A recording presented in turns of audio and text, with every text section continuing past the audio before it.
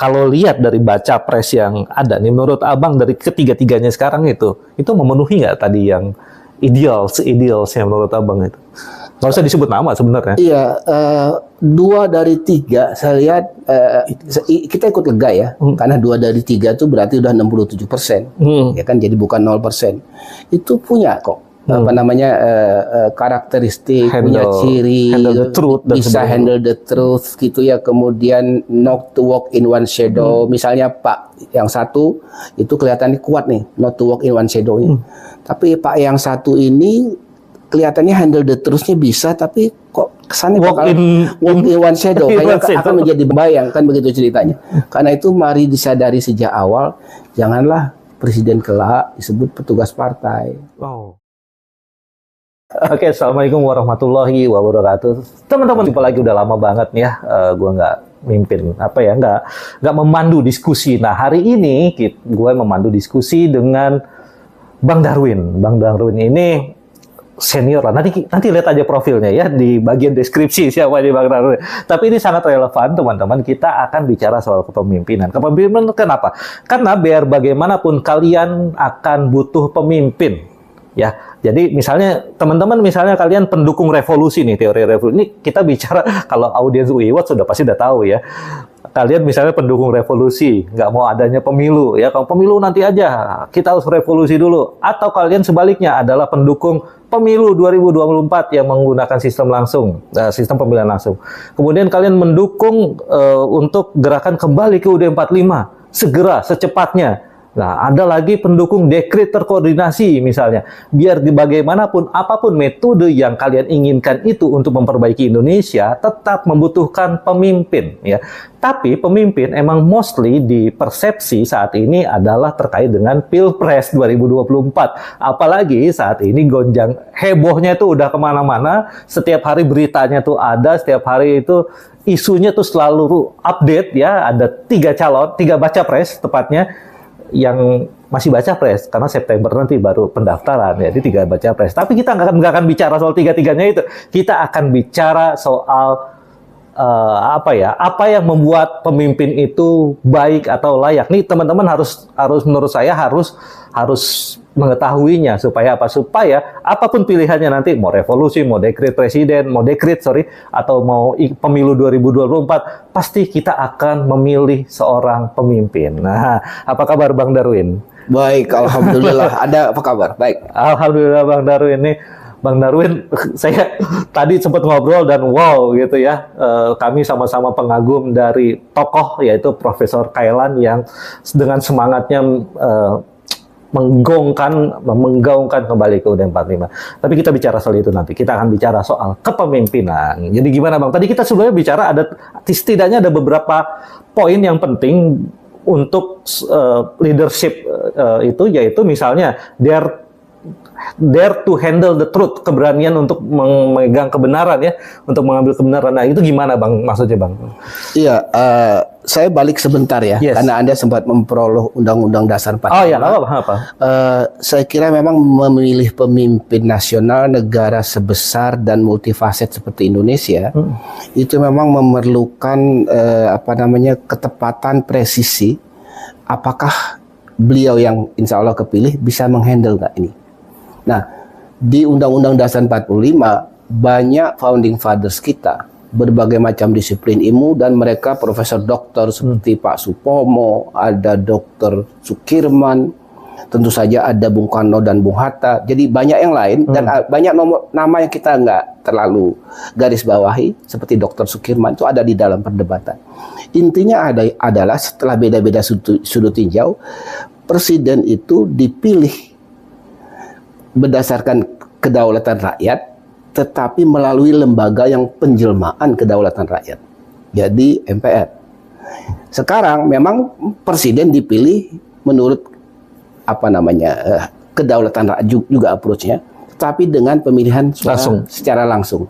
Jadi yang jadi soal di sini bukan pada kedaulatan rakyatnya, tetapi bagaimana mengejawantahkan kedaulatan rakyat ini dan prosesnya seperti apa. Kalau saya akhirnya sependapat sama dengan banyak senior yang lebih arif bijaksana, khususnya filosof seperti Prof. Kailan, itu memang lewat lembaga yang penjelmaan kedaulatan rakyat. Jadi sistem MPR kita yang disampaikan Profesor Padmo Wahyono itu sistem yang jauh lebih dulu daripada sistem yang dipuji-puji di tahun 82-an yang ditemukan oleh satu filsuf besar bernama Habermas. Bayangin, dari tahun 45-an kita sudah menemukan sistem itu, sedangkan mereka yang di Eropa, orang-orang besar bijaksananya baru tahun 80-an. Jadi saya kira ajakan untuk kembali ke sistem Undang-Undang Dasar 45 itu satu hal yang kalau kita nggak pikir ulang, itu rugi kita. Rugi. Nah, jadi kembali ke leadership. Jadi oke lah kalau kita lihat survei, kemudian sebaiknya menurut saya kita letakkan hasil survei itu sebagai salah satu tolok ukur saja. Karena kita bukan ingin tahu siapa presiden yang bakal menang, tapi siapa orang yang bisa menjadi presiden yang bakal berkompeten. Nah, soal kompetensi ini, maka ada beberapa hal yang perlu jadi pikiran ya. Nomor satu, posisi presiden itu cuma satu. Itu mah jelas ya. Dalam presidensial. Iya. Karena dia cuma satu, maka hanya dari posisi itulah banyak hal, banyak aspek, termasuk banyak pressure mampir. Posisi di bawahnya termasuk menteri nggak pernah ketemu dengan tekanan yang akan dialami atau the truth ya yang dihadapi oleh presiden. Jadi capres misalnya yang menurut survei paling berkompeten atau bakal menang, itu pertanyaan kita, mampu nggak dia pada waktunya handle the truth? Ini bagi yang tertarik dan suka nonton film bisa nonton seriusnya Jack Nicholson ya menegur si siapa namanya itu ya, ada si lawyer muda di depan dia yang lulusan Harvard. You want to know the truth, you cannot handle the truth. Jadi artinya ada fakta-fakta yang kalau saja seorang sudah jadi presiden, setelah dia dipilih, belum tentu dia bisa menghandle itu. Jadi ada pressure dari tingkat global, dari dalam negeri. Bukan berarti presiden itu harus berani dan harus memegang secara teguh kedaulatan rakyat dan bangsanya. Bukan soal itu. Bagaimana secara bijaksana dia sampai pada keputusan yang arif bijaksana begitu. Jadi tidak buru-buru, tidak juga berkhianat pada kepentingan negara, tetapi mampu jembar hati untuk mensekuenskan itu dalam tahap-tahap. Kapan bangsanya siap untuk show up, kapan sabar dulu sambil bersiap buat lari jauh. Jadi karena fokus itu jangan to win the battle, jadi memenangkan pertempuran, tapi to win the war. The war itu terdiri dari banyak battle. Jadi butuh kesabaran, butuh kemampuan visioner melihat apa yang akan kita hadapi ke depan. Jadi perlu ada alat, ada cara. Ya, nanti kita bisa bicarakan bagaimana bisa menyaring capres yang kalau dia kepilih bisa handle the truth. Kita punya 3 capres nih ceritanya. Baca pres. Iya kan? Baca pres ya. Iya. Katakanlah mungkin beliau itu yang jadi capresnya. Ada 3 kan? Nah, kita lihat apa proksinya atau caranya untuk melihat dia bisa handle the truth atau tidak. Cara paling gampang adalah lihat dari kepernahan dia. Misalnya jejak. Iya, rekam jejak, pernah menteri, pernah duduk di kabinet, atau kanlah pernah gubernur. Yang jelas kepernahan itu hanya sebuah proximity, pendekatan saja. Kalau kita mengevaluasi kepernahan dia dari sudut kesuksesan dia pernah sukses di sini, di situ, itu nggak jaminan dan itu bisa salah garis bawah, salah arah. Karena yang akan dihadapi oleh presiden ketika salah satu dari 3 itu misalnya menang dikehendaki rakyat, itu adalah bukan something yang uncertain saja, tetapi yang unknown. Kalau uncertain itu kita pernah tahu case itu dan mungkin lewat probability tertentu akan terjadi lagi. Tapi banyak di dalam urusan yang strategik ya. Jadi saya alhamdulillah 20 tahun ngajar strategik gitu ya di kampus. Itu something yang unknown.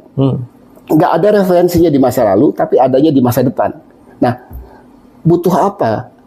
Perlu apa ini? Perlu kemampuan penyesuaian seorang presiden. Jadi ada rangkaian the truth yang dia harus bisa handle, manage dengan teguh tetapi juga dengan sabar hati.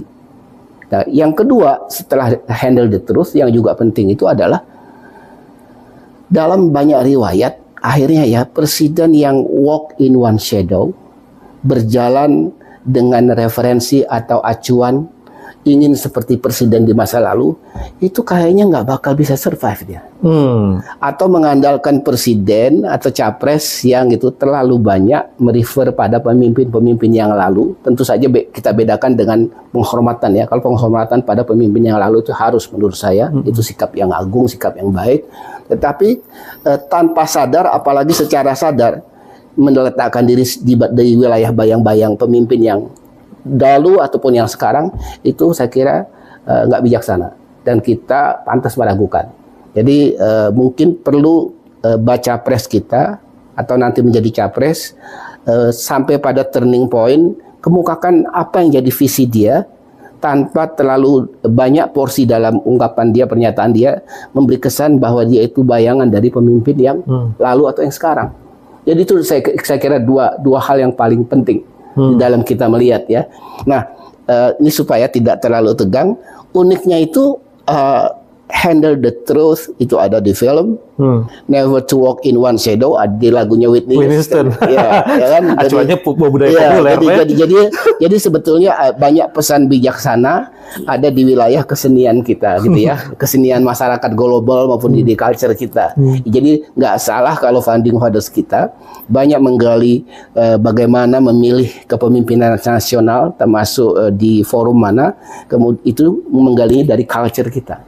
Karena culture sendiri sebuah representasi dari kearifan bangsa, entah itu di tingkat lokal, nasional atau global. Jadi ada di lagu Whitney Houston, ada di film A Few Good Men.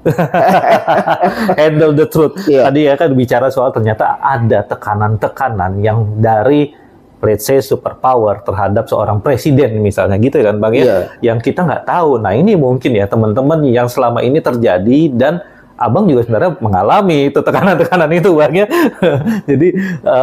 Jadi teman-teman bisa googling siapa ini Bang Darwin. Jadi nanti bisa paham kenapa dia juga pernah mengalami tekanan-tekanan itu. Karena memang negara kita ini banyak yang bilang dari tokoh-tokoh pergerakan yang saya kenal ini tidak pernah merdeka sebenarnya, tidak pernah berdaulat. Nah, oleh karena itu the next leaders yang diperlukan adalah bukan hanya itu tadi Bang, bukan hanya yang berani handle the truth, tapi mereka punya tahapan, punya cara gimana saatnya harus mundur, harus ngalah dulu, menyerang, mengumpulkan kekuatan seperti itu ya. Iya. Gitu ya. Oleh karena itu, nah itu soal itu nanti kita ada ciri-ciri lagi yang tadi Abang cerita tuh soal apa yang kompromis. Nah, itu bisa dijelaskan Bang. Iya, jadi katakanlah kita kemudian bersama sependapat dulu ya, walaupun mungkin masih berbeda, bahwa oke, betul ya kayaknya seorang presiden itu harus punya kemampuan handle the truth when it comes. Dan itu mungkin belum kita pernah tahu sekarang apa permasalahan yang akan dihadapi itu. Kemudian yang kedua, ada waktunya dia akhirnya mengikuti gaya kepemimpinan yang dia kagumi, atau mau nggak mau dia akan jalan sendiri.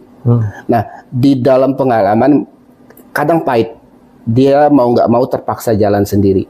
Jadi memang sebelum sampai ke situ ya, waktu terjadi conflicting ya pada satu pihak, misalnya presiden dengan pihak lain, entah itu dari luar atau dari dalam negeri, maka ada 5 varian kalau di dalam manajemen konflik. Varian yang paling bijaksana itu ketika bisa meramu segala persoalan yang yang saling competing ya, forces tadi, itu ya kompromis dia. Tetapi kalau misalnya dia tetap pada tujuan yang sudah diyakininya, tapi di lain pihak dia mengedepankan pentingnya kerja sama-sama pihak yang berbeda pendapat, maka berkolaborasi dia. Tipe presiden yang begini. Tapi ada lagi tipe presiden yang memang lahir batin, strict dia, dan ini bukan dibuat-buat, itulah refleks pertama dia. Maka dia akan terus memperjuangkan keyakinannya di satu pihak, tetapi dia bisa saja tidak mau bekerja sama pihak lain. Nah, ini yang tipe berkompetisi dia. Dia yakin sama kepentingan dia dan tidak mau tahu atau ngitung kepentingan pihak lain. Nah, kemudian ada lagi yang selanjutnya, ini mungkin yang keempat ya, itu adalah mencoba cari jalan smoothing dia. Smoothing ini dia mundur selangkah, Jadi tidak terlalu mengedepankan lagi apa yang dia yakini, walaupun itu masih dia pegang secara diam-diam. Kemudian dia mengedepankan kerjasama. Nah, semua ini pada dasarnya punya keunggulan sendiri, tetapi yang jadi pertanyaan atau menjadi sesal di belakang hari kalau meletakkan pilihan itu tidak sesuai sama konteksnya. Disitulah akhirnya perlunya basis spiritualitas di seorang pemimpin. Tanpa itu dia tidak bisa mendiscover sampai pada keputusan yang bijaksana. Kadang nggak bisa dihitung karena dia unknown.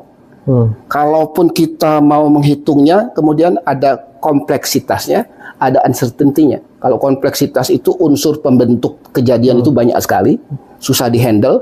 Kalau uncertainty itu nggak semua kita bisa hitung, hanya pada probabilitas tertentu. Yang terakhir akhirnya ini yang kita nggak harapkan dari seorang pemimpin dan mestinya jangan terlalu banyak. Itu adalah dia avoidance. Avoidance itu seperti menyapu kotoran ditaruh di bawah karpet. Ya, ini pernah terjadi pada dua petinggi kita, saya nggak usah sebut ya. Satu Panglima TNI, yang satu Menko Polhukam gitu ya. Ketika ada perbedaan yang tajam atas suatu isu, demi kepentingan bersama, akhirnya mereka cenderung saling menghindar untuk tidak mempertajam ini di tengah masyarakat. Jadi memang ini menurut saya sebuah pilihan memanage konflik secara sementara ini. Tapi ini demi kepentingan nasional juga pada akhirnya harus diselesaikan. Jadi ada 5 varian di dalam memanage konflik. Dan si pemimpin yang bijaksana itu adalah pemimpin yang bisa meletakkan pilihan ini dalam konteks. Kalau dia hanya tahu 2 pilihan, apalagi cenderung pada 2 pilihan dari zaman ke zaman itu saja, capres semacam ini yang menurut saya kita jangan pilih. Nanti dia susah, rakyat susah. Siap. Ini tadi saya ada kata kunci yang menarik, yaitu spiritualitas. Pemimpin itu harus memiliki basic spiritualitas. Ya, why? In the term misalnya tadi untuk menghadapi vulnerabilities, ketidakpastian gitu. Jadi kita perlu spiritualitas. Kenapa? Karena apakah religion itu sudah memberikan kita guidance? Iya, jawabannya ya. Karena itu memberikan guidance. Saya ingin balik ya. Dalam orang berpengetahuan, jadi orang punya knowledge untuk memecahkan satu masalah, menghadapi satu cases, itu nggak lain basisnya ke efek experience. Jadi kita, maaf ini agak loncat ke dunia filsafat. Kalau kita baca Kant, baca Hegel, terutama Hume, maka semua kembali ke experience. Ironisnya yang namanya experience itu adanya di belakang. Hanya sebagian yang terulang. Jadi maaf saya kembali ke kisah Nabi Yusuf yang mimpi. Nah, mimpi sapi gemuk dan sapi kurus gitu ya, di mana akhirnya si sapi gemuk dulu muncul. Gitu ya, kemudian sapi gemuk itu dimakan habis oleh sapi kurus. Kan gitu. Ini dibaca dan diinterpretasikan oleh Nabi Yusuf sebagai tentang akan ada masa panen, kemudian akan ada masa paceklik. Maka si hasil panen harus di-save untuk mengatasi ketika paceklik datang. Nah, situasi semacam ini dikenal di masa lalu. Panen ada, paceklik ada. Tapi ada lagi kisah satu lagi. Ini saya baca ini boleh dibuka di teorinya Mandelbrot ya, seorang matematikawan yang seharusnya menang Nobel tapi beliau terkenal sekali, jadi orang senior di IBM. Dia waktu itu mendapatkan pesan dari Allah yang Maha Kuasa, ya, si Nabi Nuh ini, dia menyampaikan sesuatu yang tidak ada referensinya di yang lalu. Ya, misalnya akan ada banjir besar. Dan banjir besar itu begitu rupa sehingga mari kita bikin perahu besar di atas gunung. Nah, jadi ini jelas kalau untuk pendekatan sensibilitas panca indrawi gitu, nggak masuk akal. Kok banjir besar di tengah suasana terik semacam ini? Yang kedua, kok banjir besar kemudian bikin perahunya di atas gunung? Kan perahu itu buat di laut, kan begitu. Nah, tapi ada pesan-pesan yang dipercayai, diyakini oleh Nabi Nuh walaupun beliau gitu dianggap gila. Nah, jadi tentang kejadian ada yang punya uncertainty, tapi yang ada yang unknown, bahkan dianggap gila kalau kita menyampaikannya. Nah, maka untuk sampai pada kesuksesan menghadapi baik yang uncertain maupun unknown ini, ya, itu perlu ada satu kemampuan yang beyond sensibility. Wow. Ya, Nah, jadi beyond sensibility ini kalau di dunia filsafat kita tahu jangan mengikuti, maaf kalau berbeda pendapat, jangan mengikuti mereka yang empirik seperti Hume dan kawan-kawan. Kemudian pakai juga yang diintroduce oleh Descartes, jadi mengikuti sesuatu yang sifatnya deduktif lewat rasionalitas, ini gaya Perancis. Tapi pakai juga yang diperkenalkan Kant sama Hegel. Jadi kita harus melihat bahwa knowledge itu harus bersifat organik, dia hidup dia. Jadi selalu ada teori baru dan ada realita baru, walaupun itu sebetulnya realita itu pernah ada, cuma kita nggak gunakan. Tapi ada lagi di atas itu, dan untuk menangkapnya itu nggak bisa dengan sekedar akal sehat. Kalau akal sehat itu mah gaya deduktif saja. Tadi pakai sudut estetik sama empati. Jadi estetika gitu ya sama empati. Ini wilayahnya sudah lain. Wilayahnya itu masuk ke romantik dia.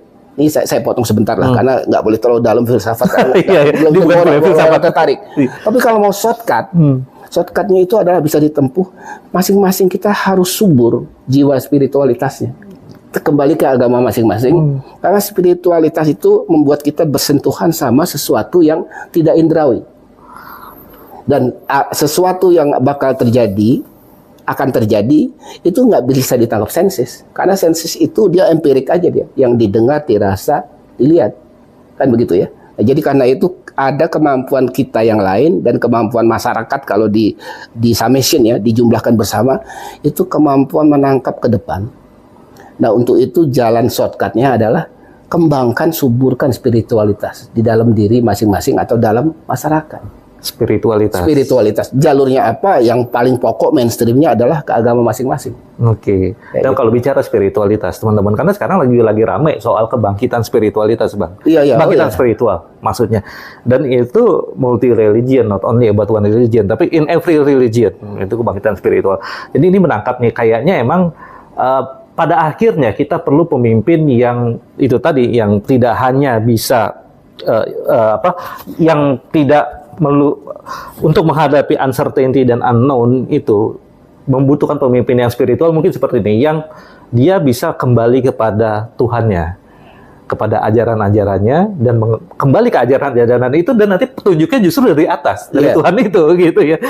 Jadi pemimpin yang berserah, gitu ya, Bang ya. Kurang lebih seperti itu ya. Pada akhirnya kita manusia hanya bisa merencanakan, tapi Allah lah yang menentukan. Seperti itu mungkin ya. Saya ambil case konkret ya. Artinya ini juga maaf buat yang berbeda pendapat.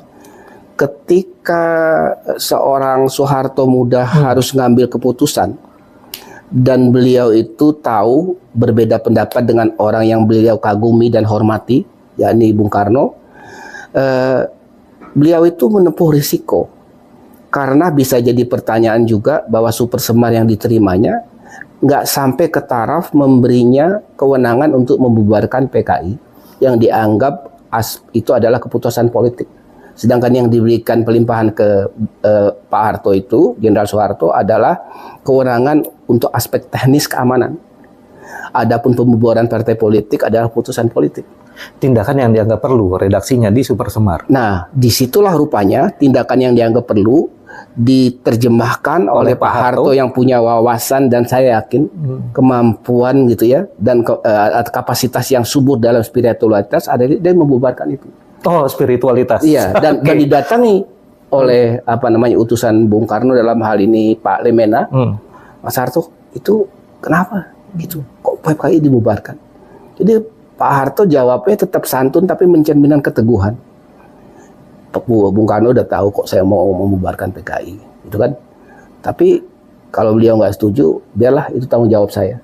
Iya, saya ingat itu. Jadi pada waktunya memang seorang pemimpin mampu memikul, dan dia memikul itu dengan dasar yang sebetulnya beyond senses.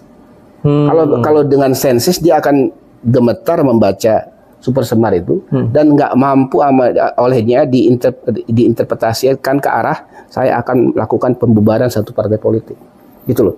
Tetapi keyakinannya, ya mungkin dapat wisik, ya, atau kalau Islam itu melalui istikharah, saya harus bubarkan. Nah itu 12 Maret 1966 pembubaran PKI itu. Iya, kemudian sebelumnya 11 Maret nerima. Iya. 12 Maret langsung dibubarkan. Dibubarkan dan 13 Maret gitu. Didatangi Lemena. Iya. Iya. Didatangi Lemena. Gitu. Nah, itu satu sequel penting dalam kepemimpinan. Sebenarnya bisa kita ambil contoh ya bagaimana seorang pemimpin harus berani gitu ya. Demi kepentingan bangsa dan negara. Karena pada saat itu PKI besar sekali, tapi baru saja kejadian G30S pada saat itu dan Maret dan ya permintaan ya semua kan UI juga waktu itu demo tuh. Iya, iya. Supaya ingin membubarkan PKI gitu. Kejadian spiritualitas lagi yang lain adalah waktu Pak Harto baru lengser, kemudian Pak Habibie terus berusaha mendekati Pak Harto, ingin bicara, tapi nggak diterima oleh Pak Harto. Iya. Ya kan? Bisa saya lanjutkan sedikit ya? Ya apa, saya tahu cerita itu juga. Silakan. Kemudian akhirnya Habibie nelfon Pak Harto. Nah, jawaban Pak Harto ini yang membuat Habibie nangis karena terharu dan kita melihat bagaimana peran seorang pemimpin untuk memupuk generasi selanjutnya dengan baik. Jadi Pak Harto bilang adalah nggak usah kita ketemu. Ya ini bisa dibaca di dokumen manapun termasuk di internet. Karena itu bahaya buat kita. Ada kata bahaya, ada kata kita. Kita di sini bisa kita sempit, bisa kita luas. Tapi saya melihat dua-duanya ada. Kita sempit artinya Pak Habibie dan Pak Harto. Kita luas bahaya buat perjalanan bangsa. Nah, kemudian Pak Harto berpesan lagi. Jadi Saudara Habibie fokus saja pada tugas-tugas selanjutnya. Artinya ini something unknown akan dihadapin dan uncertain.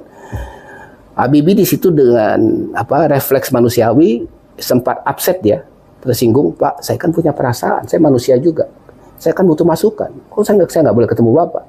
Jawaban Pak Hartonya yang bikin Pak Habibie nangis. Habibie, saya tahu saudara itu anak yang soleh, saya juga anak yang soleh. Cuma satu yang terakhir yang ingin saya beritahukan bahwa di setiap sholat saya selalu mendoakan keselamatan Anda. Jadi akhirnya itu aja. Sekarang saudara fokus saja pada tugas-tugas kebangsaan kita. Selesai, Pak Habibie nangis di situ. Berarti itu udah top gitu. Top markotop paling tinggi lah. Jadi artinya seorang Habibie tentu saja punya kapasitas macam-macam termasuk dukungan lingkungannya, orang di sekitarnya. Sedangkan Pak Harto tahu paling bagus seorang pemimpin nasional itu never to walk in one shadow. Dan harus punya kemampuan handle the truth. Cuma saya lengkapi penjelasan saya tadi, kemampuan handle the truth itu hanya sebagian kecil kemampuan indrawi kita bisa melakukannya. Banyak big part of that itu datang dari spiritualitas yang subur di dalam personality kita. Wow. Jadi teman-teman gue serasa ngobrol sama Om Gita Wirjawan. Gita lebih banyak kemampuannya. Sahabat saya itu. Kayak gitu lah Bang Darwin ya. Oke, ini kita fuka ya Bang ya. Kita kan nggak bisa memungkiri kita nih di masa fuka ya. Volatility, uncertainty, satu lagi fuka. Hanya ambigu, C-nya iya. Apalah. Sorry teman-teman agak lupa. Oke, intinya fuka ya. Fuka itu fuka. Ya, intinya tadi sebenarnya yang kita hadapi sekarang ini masa depan yang fuka dan ini challenging banget karena apalagi di era media sosial, Bang. Di era new media tepatnya di saat ini adalah di mana ketika saya ingat tahun 80-an, 90-an suasananya nggak seperti ini. Saat ini vulnerable banget, ini uncertainty banget, terutama kenapa? Karena arus informasi yang udah jadi information saturated overload. Saturated overload, bukan hanya overload, tapi saturated overload. Karena kemampuan otak kita untuk memahami, apalagi mengingat informasi itu sangat sedikit. Dalam sebuah penelitian mengatakan only 7 digit. Makanya nomor telepon yang bisa kita ingat mungkin ya itu nomor telepon ya. Nomor telepon kan nggak pernah banyak-banyak ya, only 7 digit. Nah, oleh karena itu, karena informasi yang kita terima sangat sedikit, ketika banyak informasi menghujani kita setiap hari lewat gawai, kita nggak bisa mengolah informasi itu, apalagi untuk berpikir lebih jauh tentang satu hal yang kita bisa lakukan adalah menilai, Bang.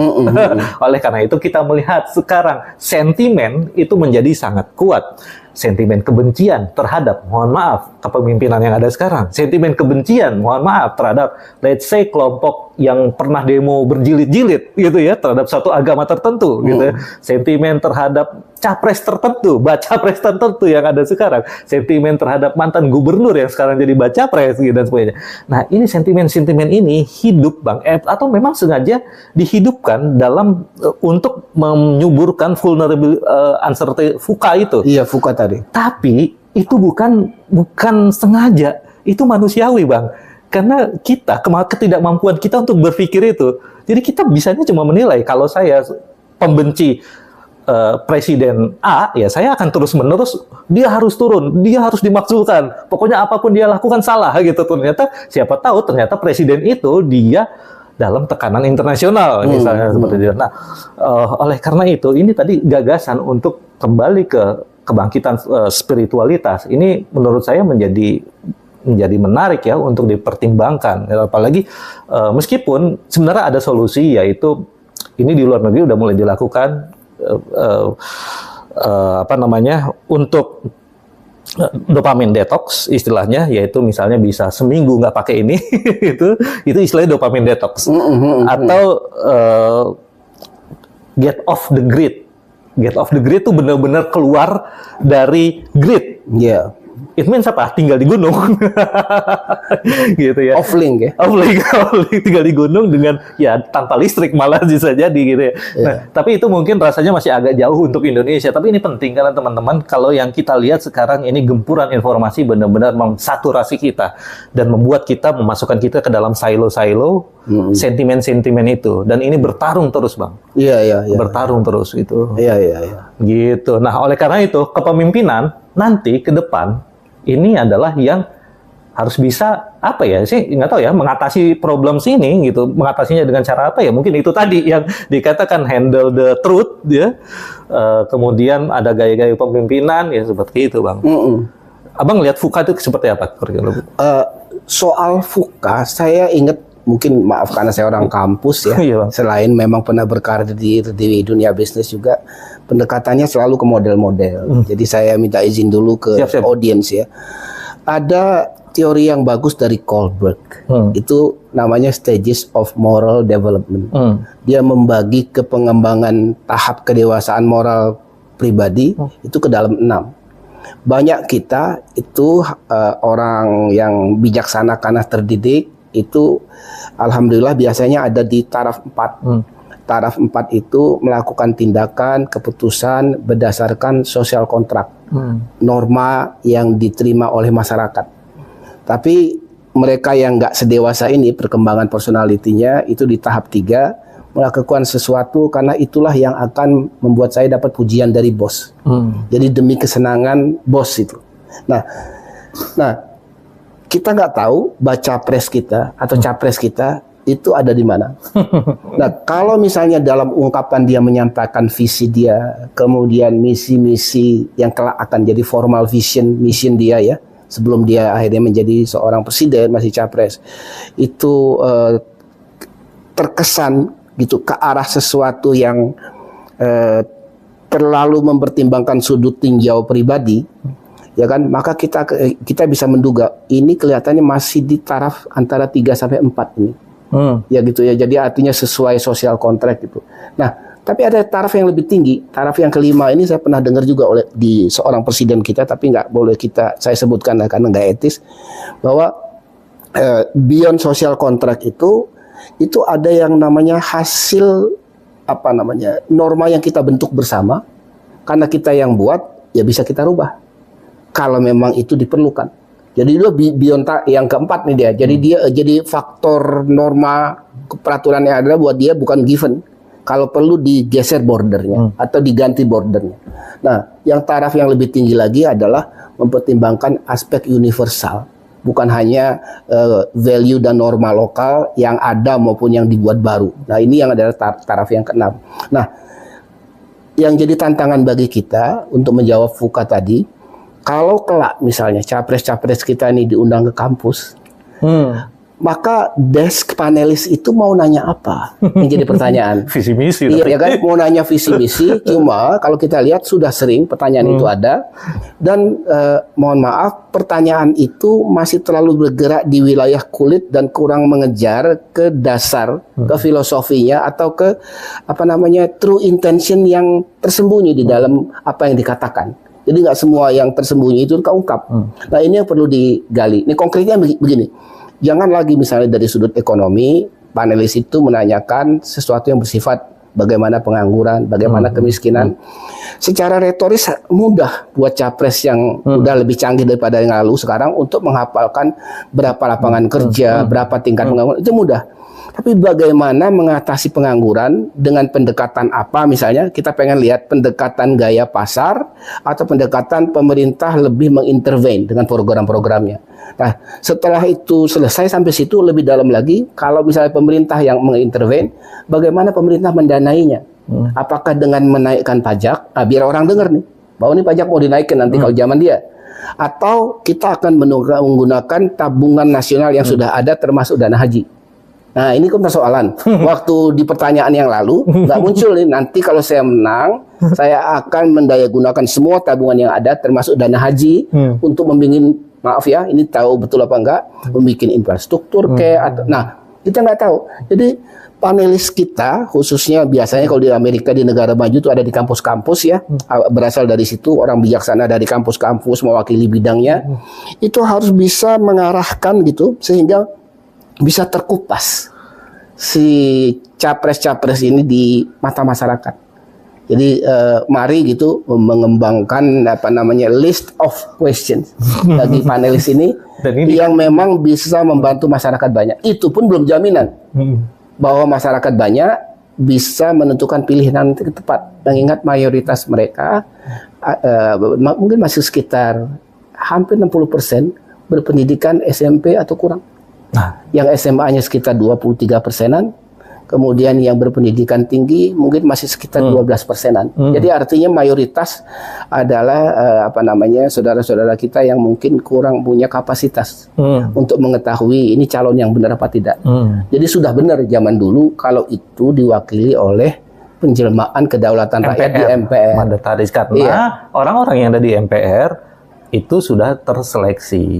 Apalagi di zaman era Orde Baru itu ya, kita balik lagi Orde Baru, anggota DPR dan MPR itu juga tidak dipilih secara langsung, Bang, seperti saat ini, Bang. Ya kan, dia makanya kemarin sempet tuh ribut proporsional tertutup dan proporsional terbuka. Akhirnya kita bisa melihat kalau kita menginginkan kualitas legislatif, kualitas MPR, maka proporsional tertutup sudah terbukti di zaman Soeharto menghasilkan emang orang-orang yang qualified gitu ya. Dan kalau yang sekarang kita lihat sendiri, siapapun bisa, ya saya juga di salah satu partai, dan itu siapapun asal dia punya uang, dia bisa masuk di dalam DCS, daftar caleg sementara, yang sekarang lagi udah dikeluarin lagi oleh KPU tuh. Wah, ini nggak akan ada habisnya ngobrol seperti ini. Seru banget. Soal spiritualitas boleh saya menambahkan? Silakan, Bang, silakan. Jadi kita merindukan sebetulnya ekspresi atau ungkapan tulus dari presiden kelak ya, termasuk dari selagi masih capres, waktu dia menyampaikan sesuatu itu tersampaikan nggak, tercermin nggak aspek spiritualitas dalam kepribadiannya.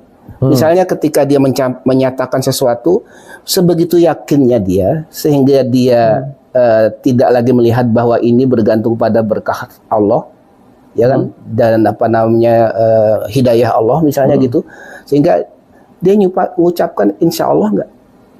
Dulu zaman Bung Karno, Pak Harto, Gus Dur, ya itu insya Allah jelas. Pak Habibie, Pak SBY, ya mungkin Bu Mega saya lupa ya, tapi insya Allah itu perlu ada. Bahkan kalau kita nonton film Crossing, ya itu nyeritain Presiden George Washington menyeberangi Sungai Delaware, waktu dia menggambarkan rencana pada milisi yang ada di sekitar dia tentang bagaimana kita menyerang ke ke markas-markasnya Inggris, dia menyebutkan God willing. Jadi kalau kita merencanakan sesuai dengan target, God willing will be arriving there misalnya by 3 o'clock in the morning. Jadi ada kata God willing. Jadi karena kita itu meletakkan diri rendah hati di dalam uncertainty, apalagi something yang unknown, letakkan itu insya Allah. Malu nggak dia mengungkapkan insya Allah itu atau God willing itu, ya kan? Atau katakanlah kalau yang beragama non Islam menyebutkannya pakai versinya yang lain kan gitu ya. Jadi jangan lupa loh, kita negeri Pancasila di mana spiritualitas aspek religius itu di nomor 1, number one, ketuhanan yang Maha Esa kan gitu ceritanya. Jadi marilah rakyat itu melihat dari sisi itu, mulai menseleksi itu. Mudah-mudahan ini memberikan getaran pada capres kita atau capres kita. Hati-hati, Anda di negeri Pancasila yang nomor 1 silanya adalah ketuhanan yang Maha Esa. Jadi salah satu sudut tinjau paling pokok yang mainstream adalah seberapa jauh Anda berketuhanan yang Maha Esa. Seru. Oke Bang, ini langsung ya. Kalau ini kan kita masih nggak nyebut nama dari tadi ya. Kalau lihat dari baca pres yang ada nih, menurut Abang dari ketiga-tiganya sekarang itu memenuhi nggak tadi yang idealsnya menurut Abang itu? Nggak usah disebut nama sebenarnya. Iya, 2 dari 3 saya lihat kita ikut lega ya, karena 2 dari 3 itu berarti udah 67%, ya kan, jadi bukan 0%. Itu punya kok apa namanya karakteristik, punya ciri, bisa handle the truth gitu ya. Kemudian not to walk in one shadow. Misalnya Pak yang satu itu kelihatannya kuat nih, not to walk in one shadow-nya. Tapi Pak yang satu ini kelihatannya handle the truth-nya bisa, tapi kok kesannya walk in one shadow, kayak akan menjadi bayang kan begitu ceritanya. Karena itu mari disadari sejak awal, janganlah presiden kelak disebut petugas partai. Boleh saja awalnya petugas partai, tapi kelak ketika dia sudah dipilih oleh orang banyak, termasuk di luar partai yang bersangkutan, di luar pendukung partai yang bersangkutan, maka dia adalah petugas bangsa, petugas rakyat sudah kan gitu. Jadi saya kira ada benernya petugas partai to some extent in the beginning, tapi selanjutnya udah harus diikhlaskan. Tapi saya memaknai penyebutan petugas partai itu kontekstual pada saat itu. Oh iya. Ketua partai itu kan, ibu yang besar itu maksudnya mengatakan itu, dan itu di dalam acara partai. Oke. Mengingatkan, jadi kontekstual. Jadi boleh aja kalau kontekstualitas ya. Iya, kalau menurut saya begitu. Nah, ini petugas partai. Kemudian yang menjadi problem adalah amplifikasinya di realitas media sosial dan new media. Ini kan problems nih Bang. Iya. Jadi kan kita sekarang menghadapi 3 realitas Bang. Realitas kita individu as it is, kita tercebur eksistensialis lah, seperti kita tercebur dalam dunia itu. Kemudian realitas kita bersama masyarakat, bersama society, dan ada satu lagi realitas baru. Kalau di bukunya F. Budi Hardiman, aku klik maku aku ada. Itu ada realitas baru, yaitu realitas simulakra yang tahun 60-an masih bicara soal media televisi dan media radio, sekarang simulakranya udah menjadi new media, dan itu lebih gawat, itu lebih mengerikan. Nah, saya melihatnya amplifikasinya itu jadinya yang petugas partai itu dia menjadi amplifikasi, dia diamplifikasi di simulakra. Dan yang namanya simulakra itu adalah realitas sejauh dibicarakan, Bang. Sejauh dibicarakan dan terus dibicarakan. Sesuai dengan apa? Sesuai dengan preferensi audiensnya masing-masing. Jadi kalau kita lagi-lagi kita tidak suka ya dengan, kita bukan pemilih dari Pak Presiden yang disebut petugas partai itu, maka kita akan terus mengkapitalisasi istilah petugas partai itu. Iya betul. Gitu Bang, jadi makin jauh dari yang kontekstual awal. Jadi kalau gitu kita letakkan dalam persepsi kita itu lihat kontekstualitasnya asalnya ya. Saya sependapat itu. Betul. Jadi kita batasi dalam menginterpretasikan secara berlebihan. Dan saya yakin Pak Presiden yang disebut sebagai petugas partai itu, dia bertindak sebagai bukan petugas partai. Kalau kita lihat sekarang realitas politiknya seolah-olah itu ya, seperti dikatakan orang head to head dengan dengan partainya sendiri. Di titik awal, di titik kontekstual ya begitu, kan gitu ya. Kemudian artinya nggak usah kita perpanjang karena kita tahu realitanya mesti seperti apa kok. Jangan dilebihkan. Nah, ini juga Bang, mungkin saya mau terusin sedikit. Ya, kita ingin berbagi juga buat teman-teman. Mungkin kita ingin sedikit mencerdaskan teman-teman di sana, ya. Jadi realitas simulakra itu, realitas yang dibicarakan itu sangat berbeda dengan realitas korporeal, realitas ragawi yang ada sekarang seperti ini. Seperti tadi, keputusan-keputusan itu diambil di realitas ragawi. Tapi apa yang dibicarakan itu ada di simulakra, ada di gadget-gadget ini. Hari ini Bang, ini contoh. Hari-hari ini soal isu wacana penggabungan, kita sebut aja nggak apa-apa ya, Ganjar dan Anies Ganjar. Ya, kita udah tahu ya konteksnya bahwa ada salah satu ketua PDIP mengatakan ini bagus kalau mereka bersatu. Kemudian disambut oleh Nasdem, disambut oleh juru bicara Anies. Oh iya itu ya itu ide bagus. Tapi kemudian katanya PKS menolak, katanya Demokrat menolak, itu kan semua berita Bang, itu semua konten, itu semua kan yang dibicarakan. Faktanya kita nggak tahu apa yang terjadi di belakang itu. Politik ini adalah soal pembicaraan keputusan-keputusan yang diambil di ruang-ruang tertutup, gitu. Tapi masyarakat taunya adalah yang di sini, yang di simulakra ini. Iya. Nah, inilah kacaunya realitas yang ada sekarang. Nah, maka dari itu, menurut saya tantangan untuk leadership ke depan adalah bagaimana bisa bertumpu hanya pada realitas ragawi, korporeal. Karena yang namanya simulakra, bayangin, kalau ini kan banyak teori konspirasi mengatakan nih Bang, bahwa biar aja semua nanti akan tergantung sama internet, akan tergantung sama electricity. Suatu saat semua akan shutdown. Tahu kan ada teori-teori konspirasi seperti itu. Nah, ketika itu it happens, maka simulakra habis semua. Gitu ceritanya. Aduh, nih jadi ngelantur teman-teman, sorry. Tapi menarik kok itu. Jadi artinya kita semua harus kembali membantu atau bersama-sama meluruskan itu pada relnya. Yes, betul Bang. Nah, di dalam mengembalikan pada relnya itu, saya kira jangan memperpanjang sesuatu yang bersifat, kalau bahasa pasarnya kembangan. Ada di wilayah interpretasi sebetulnya, di wilayah perseptif kan begitu ya. Nah, kemudian kembalikan lagi dia ke pokoknya. Ya, memang kita akan asik sendiri membahas kulit-kulit, tapi bukan esensinya. Karena esensi nggak terlalu terbang jauh. Cuma interpretasi ini, persepsi ini yang bisa berlebihan, sehingga kita sibuk dengan turunan-turunan atau derivasi-derivasi. Dan itu hasil kreativitas kita berpersepsi.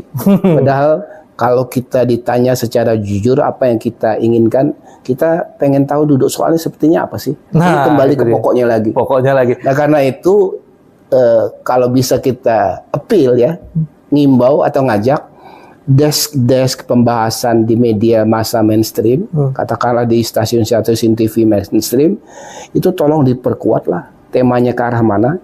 Jangan ke arah bersilang pendapat saja. Kemudian kontroversi. Kontroversi sehingga nggak ada, kalau bahasanya Budiarto Sambazi, saya suka senior. Itu nggak ada sumbangsihnya. Itu bahasa kuno tua tapi dalam itu kita harus mencari sumbangsihnya apa buat masyarakat.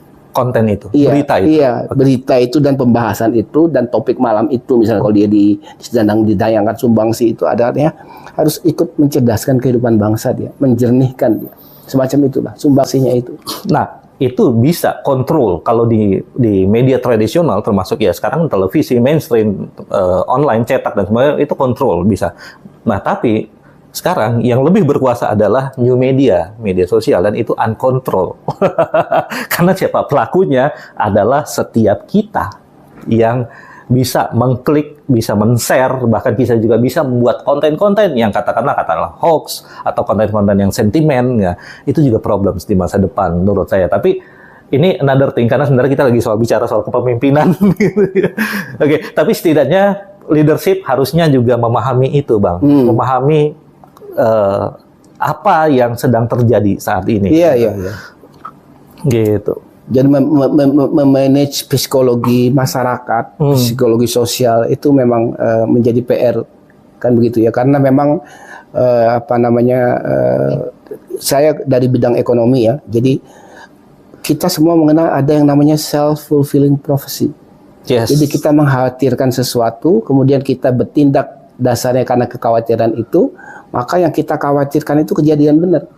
Jadi karena itu kalau ingin menghasilkan atau hidup dalam suatu hal yang ideal, maka mulailah dari sangka baik. Oh, Ya, artinya mulailah dari husnuzon, sangka baik dan optimistik, maka itu akan mensugesti diri, termasuk lingkungan, untuk berbicara yang sangka baik juga, sehingga resultantenya baik. Kan gitu. Kalau enggak, kita menuju ke sum of fear, ya, kebersamaan yang dalam ketakutan, pesimistik. Akhirnya yang kita hasilkan adalah sesuatu yang pesimistik juga, kan gitu.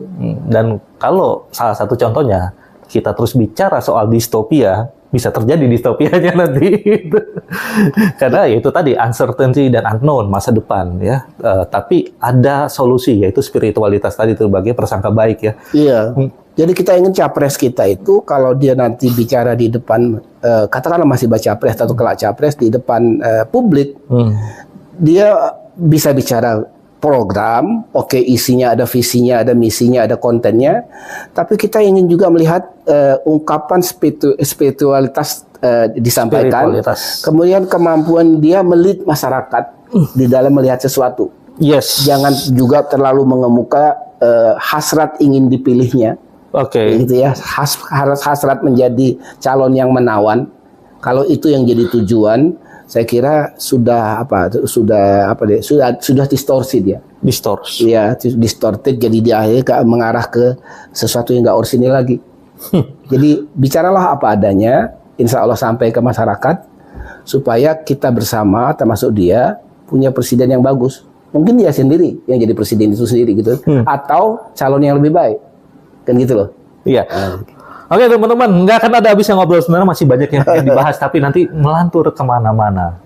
Kita terusin aja nanti, ya Bang, ya. Masih banyak nih.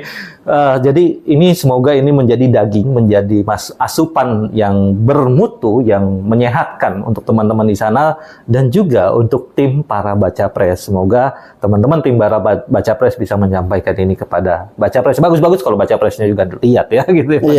Ya, jadi tentang Bang Darwin ada di bagian deskripsi, nanti juga di bagian teks, bagian di videonya juga akan kita sebutkan sedikit. Oke teman-teman, makasih banyak Bang Darwin. Sama-sama. Sarannya soal kepemimpinan. Semoga bermanfaat teman-teman. Billahi taufiq wal hidayah. Wassalamualaikum warahmatullahi wabarakatuh. Waalaikumsalam warahmatullahi wabarakatuh.